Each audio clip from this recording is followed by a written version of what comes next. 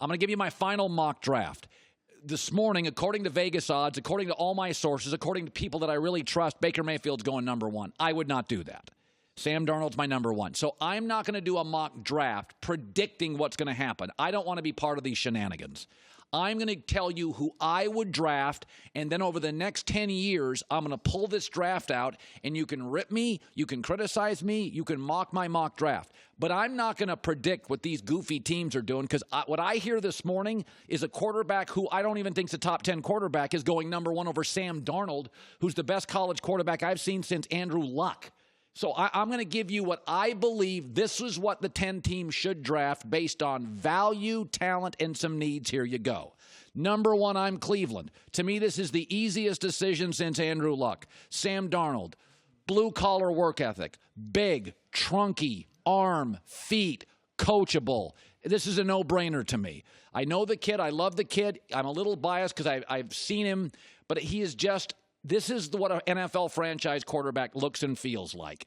Big, thick, can play hurt, didn't have last year. He had to break in new wide receivers, had some turnovers early, but only had 7 picks in his last 11 games.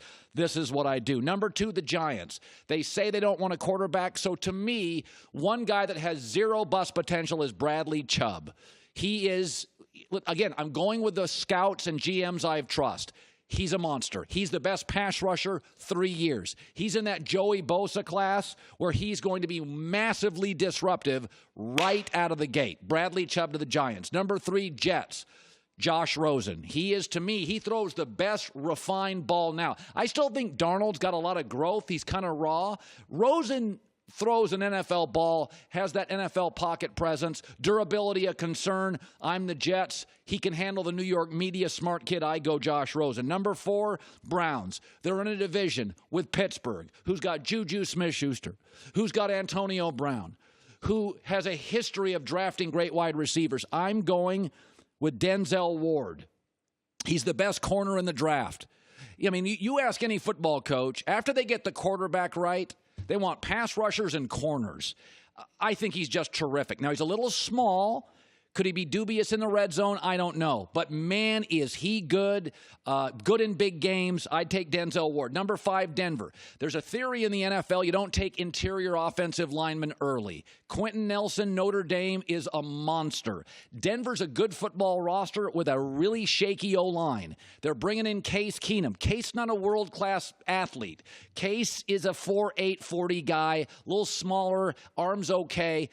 Give Case Keenum a fighting chance with Denver. Get him the best offensive lineman in this draft, Quentin Nelson. Indianapolis, 6. I'm not a big fan of drafting quarterbacks in the first round, but Andrew Luck, in all these years, the Colts owe him one. They've never given him a legitimate star at running back. Again, I'm not a big fan of running backs. I love Todd Gurley out of college. I think actually Georgia this year has a couple of terrific running backs. Ronald Jones at USC is going to stick in this league.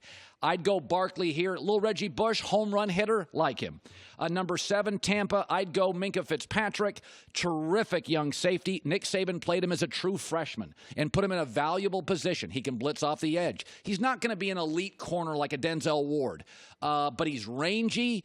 He's a smart football player. Saban gave him a lot of responsibility early, and he also was a guy who played in big games and was better in big games. He was a guy that would rise if they played a Clemson, rise if they played an LSU. Number 8, Bears, they got issues on that defensive side. Derwin James, safety, Florida State. Again, I've watched him. There's actually some safeties in this draft that a lot of people like, and I think if you're looking at the Bears right now, they got the quarterback solved. They got the running back solved. They got a couple of guys on the defensive line I like. Let's go and get a great corner. Now this is where it gets dicey. 9 and 10, Bay Area teams. Niners are at 9. I think there's one wide receiver in this draft who's a home run. It's Calvin Ridley. And again, San Francisco's got their defensive personnel up front. Now, they also need a corner, but I don't think there's a corner worthy of the top 10 after Denzel Ward. And I think Calvin Ridley, even though he's small, is a terrific player. Routes, catching, again, coachable, doesn't get in trouble. I just think, again, I don't love wide receivers, but I think at 9, value, he's an explosive perimeter playmaker. You got Jimmy Garoppolo, you got Kyle Shanahan. I think this is the spot you go get him. I wouldn't move up for him, but it's the spot I'd take him. And 10, Raiders, there's a linebacker out of Georgia. Every time I watch Georgia, he made a ton of tackles. And I think he's probably the kid I would go get.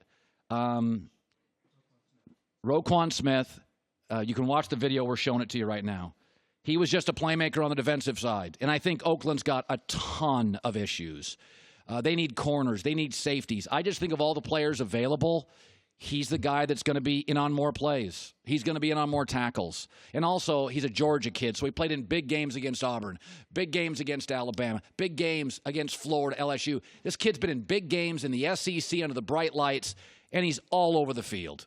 And I think Oakland's got so many needs. Let's start with this kid, a playmaker linebacker. Hi, everybody. Thanks for watching. Subscribe here to get the latest from the show. Also, be sure to check out more of the best clips from The Herd or go watch a few segments from other shows on FS1.